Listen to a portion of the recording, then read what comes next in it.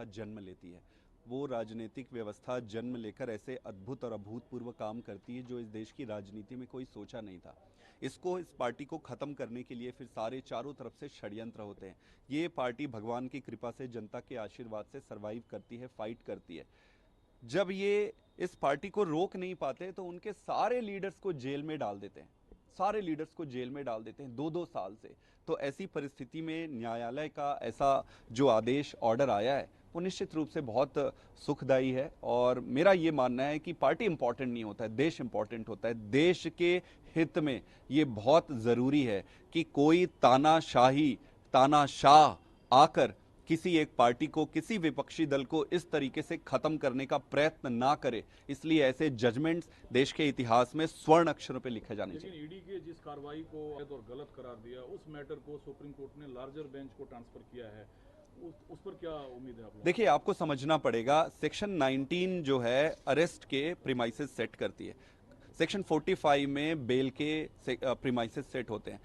Bell लेना PMLA में सबसे कठिन होता है, सबसे ज्यादा कठिन होता है। उस पे जिसके ऊपर आपने शिकायत किया है उसी को यह प्रूफ करना पड़ता है कि मैंने कोई गुनाह नहीं किया है।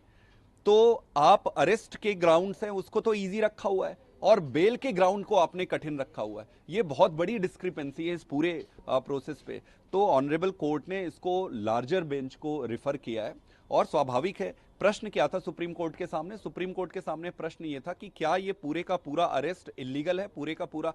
तो इसको एक लार्जर बेंच पे रिफर किया है। अगर ये इतना आसान होता, इतना सिंपल होता, अगर अरेस्ट सही होता तो वो खुद ही निर्धारित कर दिए होते। लार्जर बेंच पे गया है, इसका मतलब उसको और इन्वेस्टिगेट करेंगे। आपको ये समझना पड़ेगा कि कोई छोटा मैटर नहीं है।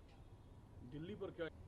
दिल्ली पर अच्छा इंपैक्ट होगा, सब खुश होंगे, सब खुश होंगे। सबको लगेगा कि उनका केजरीवाल बहुत जल्दी बाहर आएंगे। रहा सवाल गवर्नेंस का, तो मैं अब क्या बताऊं, आपके सामने है। बीजेपी के कई स्ट्रैटेजीज हैं। एक स्ट्रैटेजी है कि लीडर्स को जेल में रखना, दूसरी स्ट्रैटेजी है लीडर्स को डराकर धमकाकर तोड़ना, पार्टी से तोड़ना, तीसरी स्ट्रैटेजी है कि दिल्ली के काम रोककर दिल्ली को सफोकेट करना, कभी पानी ना देना, कभी बाढ़ ला देना, कभी कुछ करना, कभी कुछ रोक देना। तो मुझे ये लगता है कि मैं बीजेपी को ही ये कहना चाहता हूँ कि ये गंदी राजनीति छोड़ देते हैं, अच्छी राजनीति करते हैं। आप अच्छे काम करो, आप आगे बढ़ो। जब तक हम मिलकर और अच्छी राजनीति नहीं करेंगे देश